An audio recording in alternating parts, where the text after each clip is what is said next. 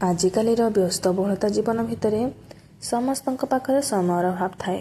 ଆଉ ସକାଳ ହେଲା ମାନେ ସବୁ ଗୃହିଣୀଙ୍କର ଗୋଟିଏ ଚିନ୍ତା ଥାଏ, ଆଜି ସକାଳ ଜଳଖିଆରେ କ'ଣ ଏମିତି ନୂଆ ବନେଇବା ଯାହାକି ଟେଷ୍ଟି ଲାଗିବ, ଟେଷ୍ଟି ସହିତ ହେଲ୍ଦି ମଧ୍ୟ ରହିବ ଆଉ ଖୁବ୍ କମ୍ ସମୟରେ ବନିଯାଉଥିବ। ଆଉ ପିଲାମାନେ ଟିଫିନ୍ ସଫା କରିକି ଆସିବେ, ପେଟ ଫୁଲକି ଖାଇବେ ଆଉ ଘରର ସବୁ ସଦସ୍ୟ ମଧ୍ୟ ଖାଇପାରିବେ।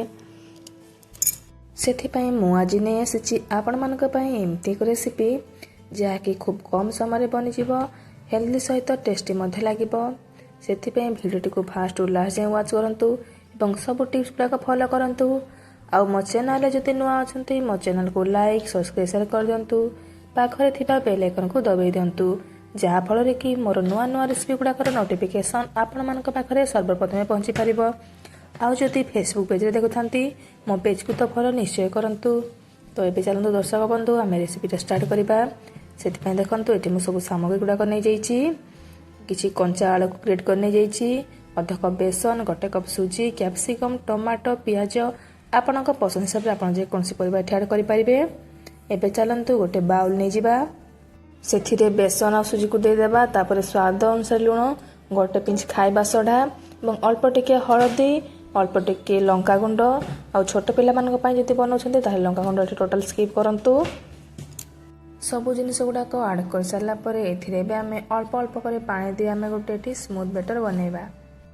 ଦେଖନ୍ତୁ ଏଠି ଆମର ବେଟର୍ଟି ରେଡ଼ି ହୋଇଗଲା। ଏହାକୁ ଏବେ ଆମେ କଭର୍ କରିକି 5 ମିନିଟ୍ ପାଇଁ ଛାଡ଼ିଦେବା, ଯାହାଫଳରେ କି ବେଟର୍ଟି ଭଲ ଭାବରେ ଫର୍ମେଟ୍ ହୋଇଯିବ, ସୁଜି ଗୁଡ଼ାକ ଭଲ ଭାବରେ ଫୁଲି ଆସିବ। ସେ ଭିତରେ ଆମେ ଚାଲନ୍ତୁ ଗୋଟେ ତଡ଼କା ଲଗାଇବା ଏ ବେଟର୍ରେ।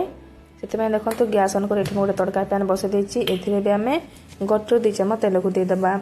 ତେଲ ଟିକେ ଗରମ ହୋଇ ଆସିଲା ପରେ ଏଥିରେ ଏବେ ଆମେ 1 ଚାମଚ ଜିରା, 1 ଚାମଚ ବୁଟ ଡାଲି ଆଉ 1 କଞ୍ଚା ଲଙ୍କା ଏଠି ମୁଁ ଚୁନା ଚୁନା କରି କାଢ଼ିଥିଲି ତାକୁ ମଧ୍ୟ ଦେଇଦେବା। 1 ପିଞ୍ଚ ଅଦାକୁ ଏଠି ମୁଁ ଛେଚି ନେଇଥିଲି ତାକୁ ମଧ୍ୟ ଦେଇଦେବା ଆଉ 1 ଚାମଚ ଭୃଷଙ୍ଗ ପତ୍ରକୁ ଦେଇଦେବା।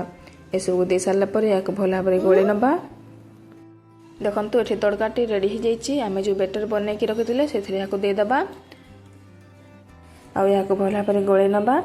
ଏହି ତଡ଼କା ଦେବା ଦ୍ୱାରା ଏଥିରେ ଗୋଟେ ବହୁତ ସୁନ୍ଦର ଫ୍ଲେଭର୍ ଆସିଥାଏ ଆଉ ଖାଇବାକୁ ମଧ୍ୟ ବହୁତ ଟେଷ୍ଟି ଲାଗିଥାଏ। ଦେଖନ୍ତୁ ଏଠି ତ ଆମର ବେଟର୍ଟି ରେଡ଼ି ହୋଇଗଲା। ବେଟର୍ କନସିଷ୍ଟେନ୍ସି ପରଫେକ୍ଟଲି ଏମିତି ରହିବା ଦରକାର। ଏବେ ଚାଲନ୍ତୁ ଆମେ ଯେଉଁ ଆଗରୁ ପରିବା ଗୁଡ଼ାକ କାଟି ରଖିଥିଲେ ତାକୁ ଦେଇଦେବା। ଏଠି ମୁଁ 2ଟି କଞ୍ଚା ଆଳୁ ଗ୍ରେଟ୍ କରି ରଖିଥିଲି ତାକୁ ଦେଇଦେବା। କିଛି କ୍ୟାପ୍ସିକମ୍କୁ ଏମିତି ମୁଁ ଲମ୍ବା ଲମ୍ବା କରି କାଟିଥିଲି, ପିଆଜ, ଟମାଟର, ଗାଜର, ବିଟ୍ ଆଉ ଗାଜର ବିଟ୍କୁ ମୁଁ ଏଠି ଗ୍ରେଟ୍ କରି ନେଇଥିଲି। ଏସବୁକୁ ଦେଇସାରିଲା ପରେ ଏହାକୁ ଆମେ ଭଲ ଭାବରେ ଗୋଳେଇ ନେବା। ଜଳଖିଆ ବନେଇବା ପାଇଁ ଏଠି ଆମର ବେଟର୍ଟି ପରଫେକ୍ଟଲି ରେଡ଼ି ହୋଇଯାଇଛି। ଦେଖନ୍ତୁ ଏବେ ଆମେ ଗ୍ୟାସ୍ ଅନ୍ କରି ଗୋଟେ ପ୍ୟାନ୍କୁ ବସାଇ ନେବା। ଆପଣ ଯେକୌଣସି ସାଇଜ୍ର ଗୋଟେ ପ୍ୟାନ୍ ନେଇପାରିବେ। ମୁଁ ଯେହେତୁ ଛୋଟ ଛୋଟ ବନେଇବି ଏହାକୁ ମୁଁ ସେଥିପାଇଁ ଗୋଟେ ତଡ଼କା ପ୍ୟାନ୍ ନେଇଛି। ଏଥିରେ ଏବେ ଆମେ 1 ଚାମଚ ତେଲକୁ ଦେଇଦେବା ଆଉ କିଛି ଧଳା ରାଶିକୁ ଦେଇଦେବା, ଯାହାଫଳରେ କି ଲୁକ୍ଟା ବହୁତ ବଢ଼ିଆ ଆସିବ। ଆଉ ତାପରେ ଆମେ 2-3 ଚାମଚ ବେଟର୍କୁ ଦେଇଦେବା। ଅଧିକା ମୋଟା କରିବେନି, ଯଦି ଅଧିକା ମୋଟା କରିବେ ତାହେଲେ ସିଝିବାକୁ ସମୟ ଲାଗିବ, ଭିତରୁ କଞ୍ଚା ରହିଯିବ, ବାହାରୁ ତ କ୍ରିସ୍ପି ହୋଇଯିବ କିନ୍ତୁ ଭିତରୁ ସିଝିବନି। ସେଥିପାଇଁ 1ରୁ 2 ଚାମଚ ଦିଅନ୍ତୁ ଆଉ ଗ୍ୟାସ୍ର ଫ୍ଲେମ୍କୁ ଲୋରେ ରଖିଥାନ୍ତୁ। ଦେଖନ୍ତୁ ଏହା ଗୋଟେ ପଟରୁ ହୋଇଗଲାଣି। ଆମେ ଏହାକୁ ଅନ୍ୟ ପଟକୁ ଓଲଟେଇ ନେବା ଆଉ 2 ପଟରୁ ଏହାକୁ ଆମେ କ୍ରିସ୍ପି କରିକି ଭଲ ଭାବରେ କୁକ୍ କରିବା। ଦେଖନ୍ତୁ ଏହା ଅନ୍ୟ ପଟରୁ କେମିତି ବଢ଼ିଆ ହେଇ କୁକ୍ ହେଇଛି, କଲର୍ ମଧ୍ୟ ପରଫେକ୍ଟଲି ଆସିଛି ଆଉ ରାଶି ଦେବା ଦ୍ୱାରା ଲୁକ୍ଟା ଦେଖନ୍ତୁ କେମିତି ଡେଲିସିୟସ୍ ଦେଖାଯାଉଛି।